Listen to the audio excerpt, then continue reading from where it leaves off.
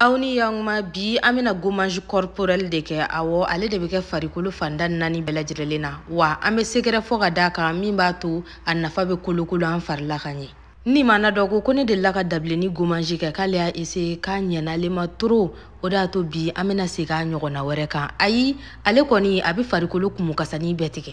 amanga dableni mugubo kana ka nga sukaro la ni sukaro de dugumana natano tulu minga nogama ina fo shitulu bita ina nemna shitulu doni kala ale kayno farafin farima kosebe ame di doni kala di fana kayno bun adamaden farima kosebe huile d'olive ka nogo mamunuma sabula mogo sigiyoro tekele ame huile d'olive kala ina fo huile d'olive yere de ka nogo ne ma kosebe ame tentulu doni doron tonana tentulu koni farikolo la ale pati sagana de ame soroka do nyogona sa amba do nyana fa ga nyu amine kosebe tulu min bi bolo doro ibe se ka keno e jien fan fe ro ka bu tulu min ga nogo mai ba keno e alni shitulu doro ne bi bolo ba keno doro gundo ni mi ba to anga gommage bi kolokolo an farikolo la kanye o yenya na anga gommage kan farikolo la amba nji jambi fengala manomi o kera tizani yo yere bo ko ila jesa ka be yere sagoma inafo ne bina fengala manjume mitano wasa farikolo fundini ka se ka wuli o te dore ko zarafa ka citron noir ale de kayno pe vaginalement awo